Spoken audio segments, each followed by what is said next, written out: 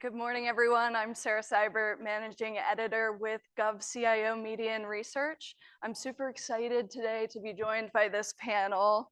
We have Joey Matthews, Superintendent of the IT Division at the Naval Research Laboratory, Kedar Pavgi, Director of Commercial Strategy and Operations at the Defense Innovation Unit, and Katie Penry, Director of Emerging Technology and Innovation at the Naval Postgraduate School. Thank you all for joining me. So it's become increasingly clear that innovation doesn't happen in a bubble. It requires an ecosystem of partners and collaborations across government, industry, and academia to remain competitive and truly innovate in the digital landscape. So to kick off the conversation, I know the new administration has made several calls to boost innovation to remain competitive.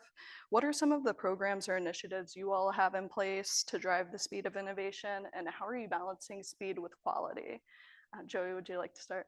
Yeah, sure. Thanks, Sarah. Appreciate the opportunity to be here and kind of engage with the larger audience. So that's a terrific question, a very timely question. So I'm Joey Matthews. I'm with the Naval Research Lab. I run the Information Technology Division, whose focus is some areas that are very key to the conversation today between artificial intelligence, communications, cyber, decision support, and high performance computing. NRL is the Navy's corporate research lab. So that's the perspective I'm bringing here from the perspective of a science and technology organization. And I think the key thing to kind of consider about innovation in a very broad context is that it's unpredictable in the sense that, for example, many of us probably interacted with ChatGPT for the first time in December 2022, and it might have felt like a seminal moment seeing how clever and creative and how you could really stretch the bounds of what this system could do. But what remains fundamental, what remains important to consider is that that product, that advancement in ChatGPT, right? That was underpinned by 5 years of research in transformer architectures. That seminal paper was published by Google in 2018. That was built upon innovation in deep learning and recurrent neural networks that was published in 2013. Research into the perceptron and backpropagation neural networks date back to the 1950s, right? GPUs have been around from terms of hardware acceleration, have been around since the 90s. And when CUDA is sort of like NVIDIA, for instance, architecture to really take advantage of these novel instruction sets was released, it was originally considered very bespoke. So you have on one hand these algorithms in the neural networks, backpropagation, perceptrons. You have hardware advances in terms of GPUs and how increasingly capable they're growing. And then in 2008, you have a professor at Princeton that's developing this very large image data set. And it wasn't until those three pipelines came together in an unexpected way around the 2013 timeframe that you got this revolution in deep learning. So the point to consider here is that every disruptive innovation that we experience is actually underpinned by decades of scientific research that incrementally builds. So the department's sort of strategy considered this from the Navy's perspective. The Navy Science Technology Program is built around this concept. It requires, sometimes you need to have scientists and engineers thinking about very hard problems. You don't necessarily take a requirements perspective, what I think I need. You think about technological curiosity and what is the art of the possible. And if I had a completely blank slate of paper and I could do this from the ground up without any of the traditional fast, cheap, good trade-offs, how would I design this from scratch using the state of the art? So there's an incremental from the S&T, the science and technology perspective, advancing the state of the art. And then from the research and development perspective, there's identifying what your mission is and actually prototyping and fielding solutions that actually benefit the warfighter.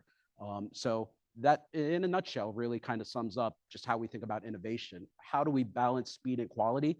Well, we take advantage. I think there are two key factors here. One is we're going through a renaissance in software today, from software factories.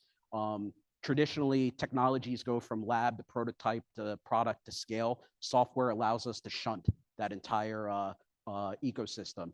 But in many cases, different partners in that ecosystem are bringing different skills to trade. For instance, we can develop something from a lab perspective, take it to a prototype, but we're not going to be the ones to actually sustain and scale that software. We want to work with industries in creative ways to actually do that.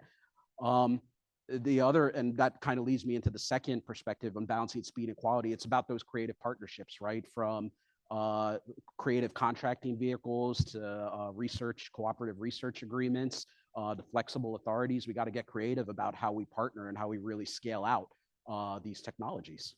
Right, that's really interesting to take that approach. And then, Kadar, what are some of the things you're doing at DIU to boost innovation? Yeah, so part of the DIU 3.0 strategy is really to build the national on-ramp for innovation. So everything stretching from back of the napkin idea that a student comes up with in a class, all the way to a commercial technology that is off the shelf, viable business in the private sector, but could be modified for the Defense Department's use, especially on the battlefield. So the whole purpose is to find different mechanisms, different types of programming, regular engagement, both from a regional standpoint, but also a technological standpoint, to find those pockets of innovation in the private sector, and then use programming, whether it's again, a classroom at a university, a prize challenge, a startup accelerator, or a commercial solicitation offering, to bring those innovations in and get them into the department much faster. Part of the DIU really the thesis statement is that, look, the problem sets that the department has to face from great power competition onwards are not going away. And in order to address them, you have to bring in technology much faster and at scale. So in order to do that, the plethora of technological innovation is really happening in the commercial sector. So where better to go than the private sector, whether it's again academia or a viable company, to really reach in and bring those technologies to bear for the department's use. Right, that's super exciting. And Katie, in the green room, we were talking about how you have a EDU, not a gov email. So from the academia or academic perspective, what are some of the ways that you're driving innovation? Yeah, so I'll kind of address this in two parts, because while I'm the Director of Emerging Tech and Innovation at NPS, I'm also part of a small team at NPS that's planning for the Naval Innovation Center. That is planned to be co-located at NPS and take advantage of the authorities that we have, both as an academic institution, but also the authorities we have as a designated naval laboratory. For those of you who didn't know, honestly, I didn't know that until I started at NPS 2 years ago, is that they are an actual naval lab. So we have really great authorities that come from both the academic side and the naval lab side. So part of this is, we all have our own innovation, or the innovation process, I think, is kind of similar no matter where you go, where it's you got to source a problem, curate it, ideate, prototype, experiment, transition.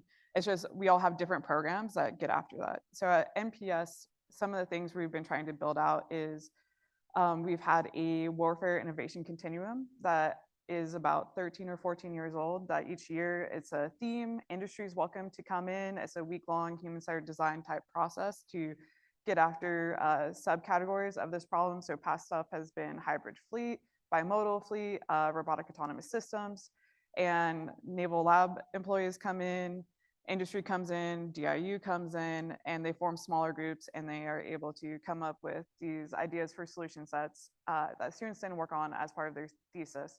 We've also been able to take some of these and turn them into what we call naval innovation exchange teams. And these are teams of faculty, student, outside academia, people from the warfare centers, and then industry that come together to about 18 to 24 months build out a solution that then also works with our Department of Defense Management, which is an acquisition focused department at NPS. They work with students there to build out, what is that transition plan? Where is this already in a requirements document? Where does this need to, what PEO does this need to go to? Can we work with DIU? Can they help fast track this for us, or with Naval X? And so those students are really focused on what is that transition pathway, and then identifying the transition partner that we're able to turn it over to, with the ideal of being able to speed up the process more. And one of the other things that we have is a joint interagency field experimentation capability, as well as a Monterey Bay test site capability. So Monterey Bay, there's a permitting process, but we just got an OPT buoy in there in partnership with AT&T, so giving greater 5G capability. And then the Joint Interagency Field Experimentation is a quarterly event. It's been going on honestly for about 20 years, if you haven't heard of it. And it's open to anyone to come in. So we had, I think, about 40 industry partners that came in to the last one that we held 2 weeks ago, including DIU portfolio companies, Air Force companies, Army companies, 40,000 acres, 15,000 feet of restricted airspace. Companies that come through get a joint vulnerability assessment report, and also is an EM range, as well as we have a combined arms training facility to do urban ops, and we can also do live fire exercises there. So yesterday, I was actually in a conversation with one of Kadar's bosses, and she asked me a question that we've been hearing a lot lately, which is, as you look at the Naval Innovation Center, what gaps is it addressing in terms of defense innovation? Like, where are you not seeing other defense innovation organizations meet these gaps already? And part of it is this, as Joey already brought up, cooperative research and development agreements. They're not contracts, but legally they kind of are contracts. So we just worked with a brand new startup where the project we have with them is classified, and we were able to get them an FCL in about 7 weeks, I think. We just got them their CAT cards, got them access to a system, and we're building out a prototype that they're going to then showcase for Admiral Paparo. And this is all without Admiral Paparo having to put money on the project. This is without the company having to win a contract. They're able to see more of what the problem set is, so that they can build a better solution that then they can showcase. And I think that that's a really cool authority that maybe hasn't been used as much as we think it should. And the other big thing was this testing experimentation. Through the CRADAs, we've had really great relationships with startups, but we've also have had really great relationships formed recently with some of the larger industry leaders, such as NVIDIA.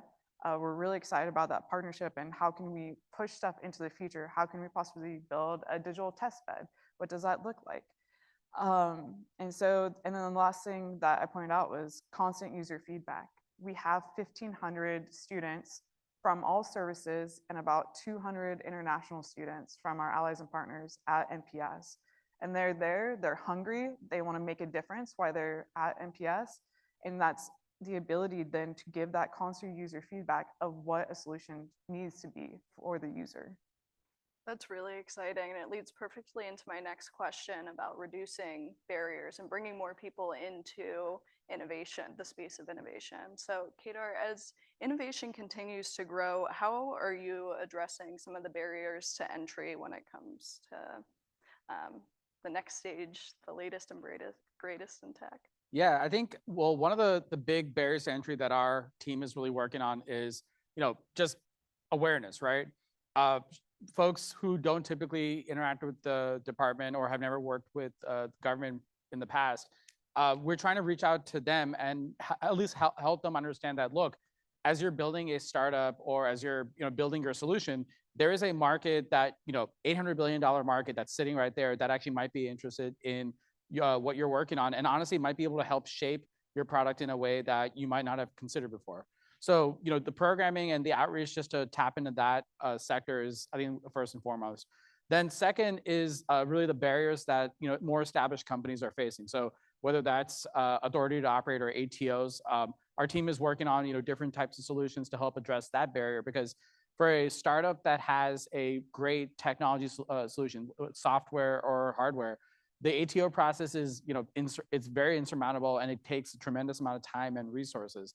So our team is looking at, different, more creative ways to address that and say, look, if you were able to get, an interim ATO, or at least test it out so that someone can give you a temporary ATO or whatever else, so that your solution can be tested or fielded in a much more compressed time frame, then that's another barrier.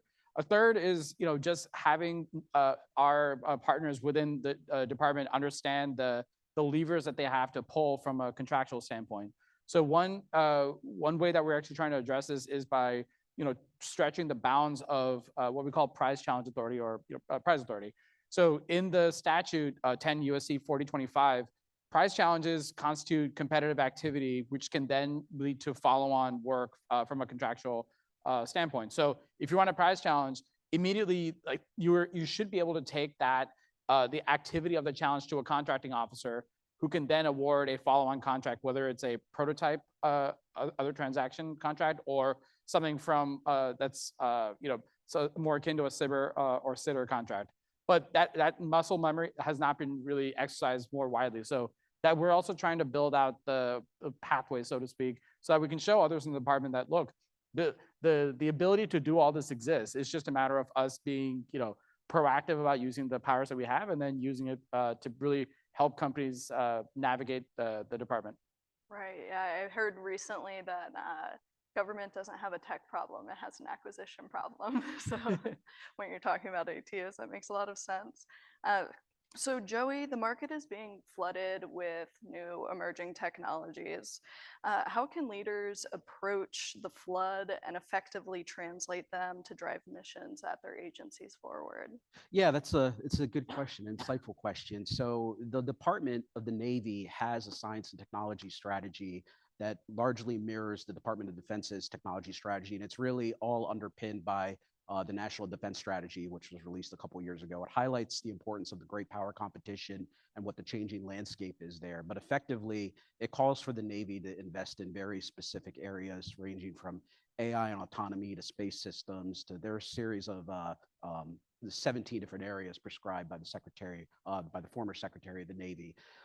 That's sort of our North Star in approaching this. And really, from a science technology perspective, the budget is one way of characterizing this. We have budget elements devoted for basic and applied research, which is very theoretical in nature. Then we have buckets of money that are appropriated for advanced technology development, prototyping, all the way up to mission sustainment. So the science and technology strategy actually does a pretty good job of characterizing this. And it's kind of the lens in which I think of this problem space through. You can take a technology. There are three bridges to really scale a technology. One is from lab to prototype. Another one's from prototype to product. And the final one is from product to scale.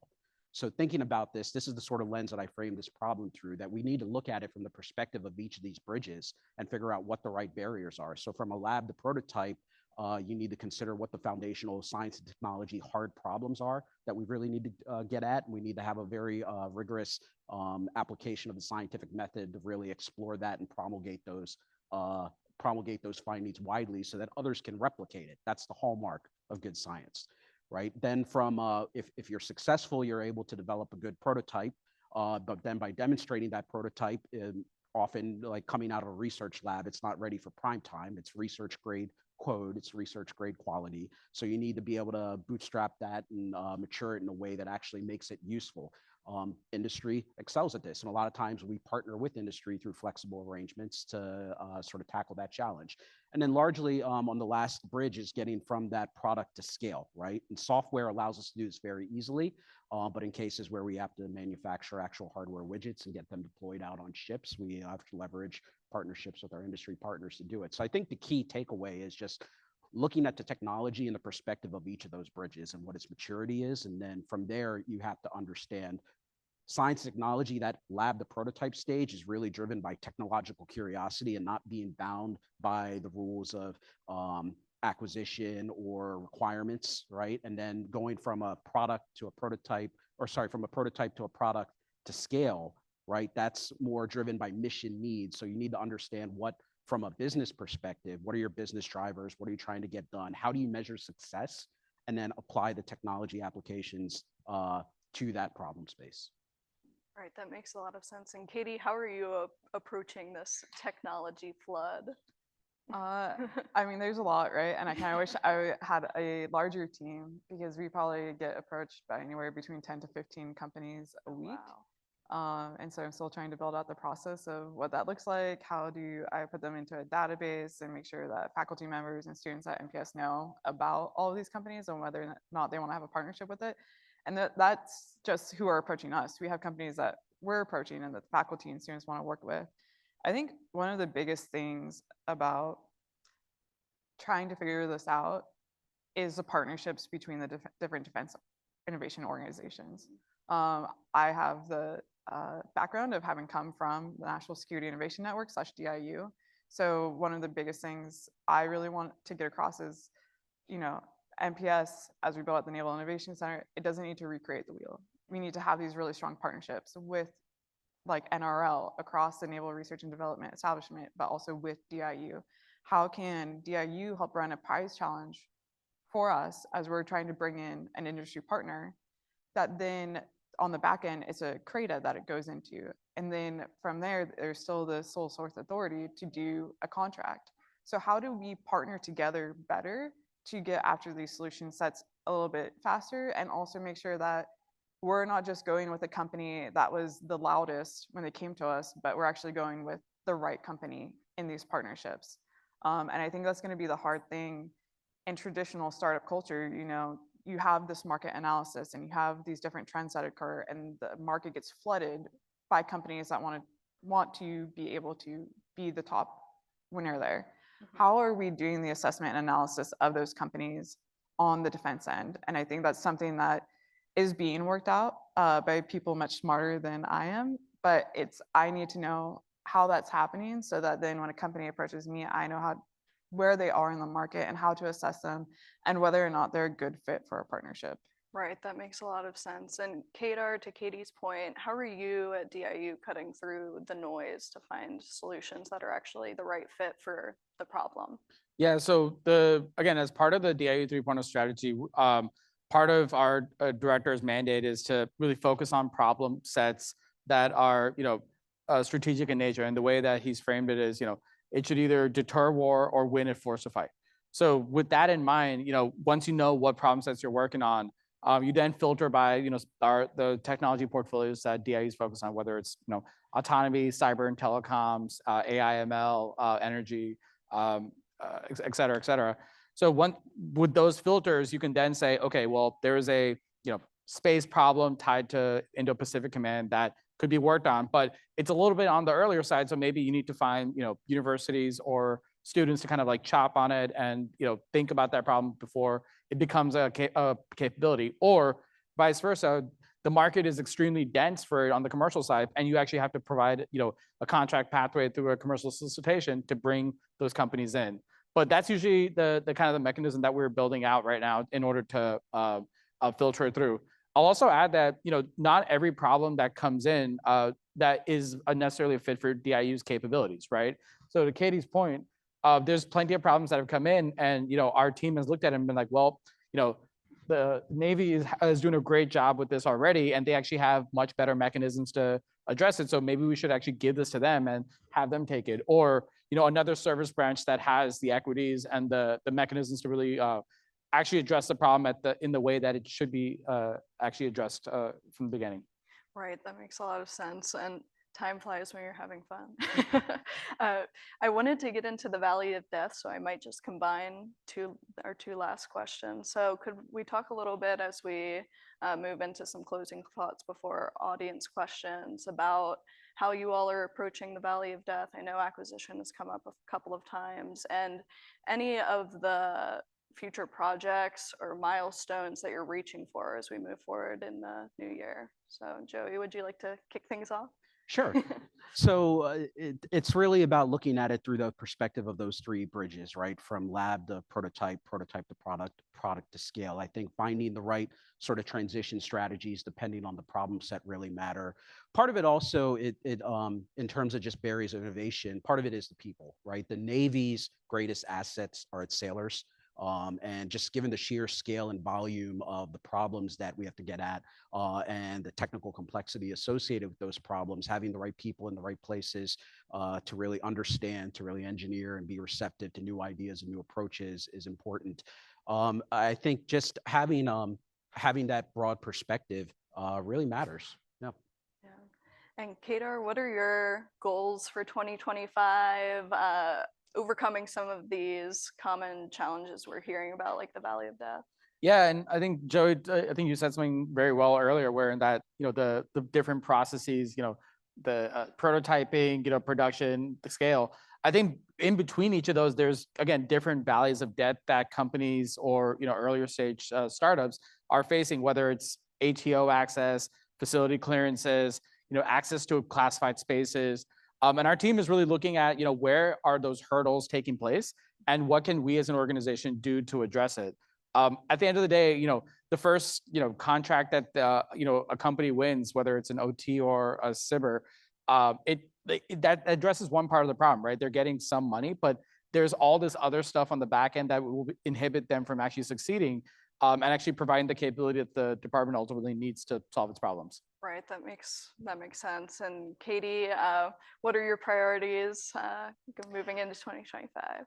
Yeah. So I mean, the Valley of Death is for federal labs, just like it is also for industry. So I think there's the two sides of it. So being able to help, I think, address everything Kadar went after and that Joey went after in terms of these different bridges, because there is a Valley of Death with each bridge. So I think some of the programs I already talked about earlier get after that, including this idea of this interdisciplinary transition team that's working with the project team, working the solution set to figure out what is the transition pathway for it and who's the best transition partner on the back end. But in terms of things coming out of federal labs, you know, can be a huge Valley of Death there. As I've heard in some conversations, you know, sometimes they're not getting user feedback until the technology is already at TRL 4 or 5. And I think in a lot of cases that's too late. That user feedback needs to come in as you're thinking about what the prototype even is going to be before you start building out, and then at each stage as you build out this solution. So, you know, especially with the solutions being built out of NPS and some of the stuff our researchers are working on is how do we get them more directly involved with the students? How do we run workshops for them?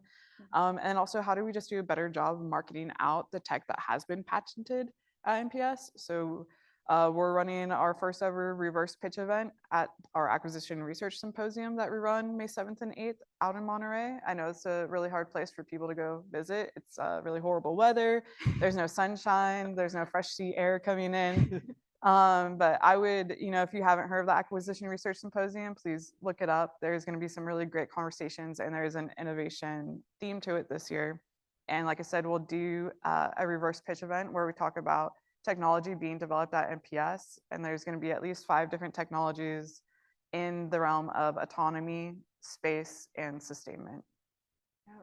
Well, a fun fact before we turn it over to the audience, I have never been to California, so I might have to go out and see that. Yes. Awesome. Well, we have mics set up on either side of the room. If you have any questions for our panelists, feel free to come on up. All right, a taker. Hi. Great conversation, guys. Jack Jarman from Edge Technologies. Joey, I like 2 of the things that you said. I would challenge, though, that I think there's a 4th here that I struggle personally in my company with. That there's proven technologies that government has used that have scaled that can be repurposed, but there's no avenue to bring that in as an innovation. It becomes go find another program of record to use it. What are your thoughts on that? Because in our case, we have, we have a performative data mesh that we fielded over a decade ago, but there's no way to really talk to CDAO or to DIU or to do a SIBR. It's TRL9, it's been ATO'd. What do you do for those companies? And what are you thinking about of how do you bring back some technology that was ahead of its time? Yeah, I have a lot of appreciation for that challenge, because coming from an early science and technology perspective, when you're doing basic research, sometimes you go out to set out, assert a hypothesis, design an experiment to do it. You come up with a finding, but the findings are contested. So maybe or not the technology is ready for maturing. And sometimes you just got to go back to the drawing board, right? And a lot of times we do see this where technologies, they have a lot of potential. They don't quite hit the mark, but then it's not to say that they're worthless, right? They could be repurposed or adapted or evolved in any sort of number of creative ways. Patience and persistence really are 2 key kind of findings I've had over the course of my career, that you really need to be able to socialize these technologies, and you got to get the message out widely, right? Because as the technology space is fast moving as well, right? So the technology is not going to just sit stagnant depending on the application.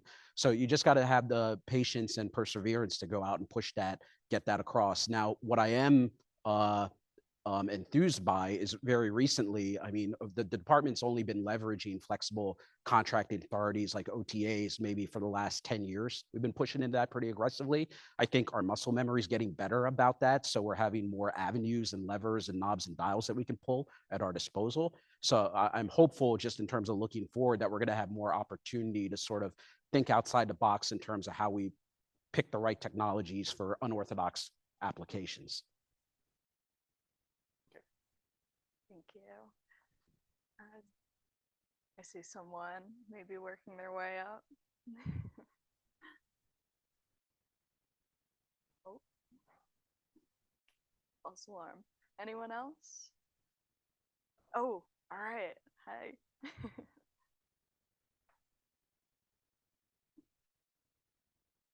Hello. Okay, cool. My name is Viswas. I'm the founder of FedAI. Y'all mentioned a lot about how kind of the system needs to become more flexible and build a muscle on, developing innovation within agencies and stuff. But startups are like, as you already know, pretty flexible, ruthless when it comes to getting stuff done, and are willing to kind of do whatever it takes to kind of break in. So how do y'all recommend startups can actually be a part of that adaptation instead of just kind of waiting for that adaptation to finish? I can speak to that. I can speak to that at Naval Postgraduate School, right? So for me, especially, I'll say one thing, right? This is a side conversation that happened at West where it was a VC speaking with a few defense innovation organizations and talking about, well, you have the money now, so why aren't you moving faster? We still aren't resourced at the human capital level. Like right now, I have myself and a half-time person and trying to sort through like 10 or 15 companies, right? And so I really want to do more work with startups, but I could literally spend all day, every day just talking with startups and I wouldn't be able to do anything else. So what I've asked with startups that come in is really take a look at what Naval Postgraduate School does. What is some research that has come out of there? Who are some maybe professors that you would want to work with? Because if you're able to come to me and say, I really like what the energy academic group is doing, or what the cyber academic group is doing, or what's happening with this professor out of information sciences, then I'm able to go, great, this is a 5-second email for me to shoot off instead of going through everyone I know who's involved with it and doing, all right, I just sent this email to 20 people, we'll see who comes back. If you're able to do a little bit of that background research and send it to me, since I'm kind of a 1.5 person shop right now, that enables me to move so much faster with you. Gotcha. Thank you. I'll actually also add that, I mean, depending on what the solution is, it's, look, I mean, I think SBIR is obviously like, very well trod route.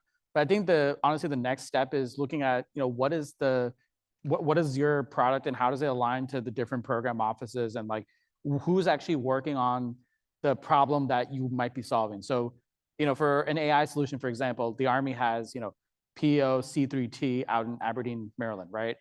Each PEO, whether across the services, has a science and technology budget, and they're constantly looking for ways to adapt what their existing program of record is based on, whatever capabilities that they're getting asked for by the services or the COCOMs, right? And each of these PEOs, again, like it's the very classic way of acquisition, but they still have these requirements that come out on a semi-regular basis. I would try to almost like reverse engineer and say, okay, like first of all, who actually works on AI ML, for example? So if it's like within the Army PEO C3T, and then from there, it's like, well, what's their S&T program look like? And usually these are public documents that they put out like, every year. And then from there, if there's like, probably an opportunity for further follow-up or whatever else, then you can like start like kind of drilling into saying like, okay, well, this person here is working on the Army's S&T program as it relates to AI ML for this program office. Then like you're essentially building that like link, that chain to get more linked in with a program office and, increase the likelihood of like your solution actually landing in a program of record versus just like, throwing something at a wall and hoping that, someone will notice it. Gotcha. Thank you. Yeah. All right. Thanks so much. Thank you all. All right, well, that wraps up this panel. Thank you all for joining the conversation. I'm really excited to see how these areas develop and what tools we bring in to fix the right problems. Thank you. Thank you Thanks, for having Sarah. us.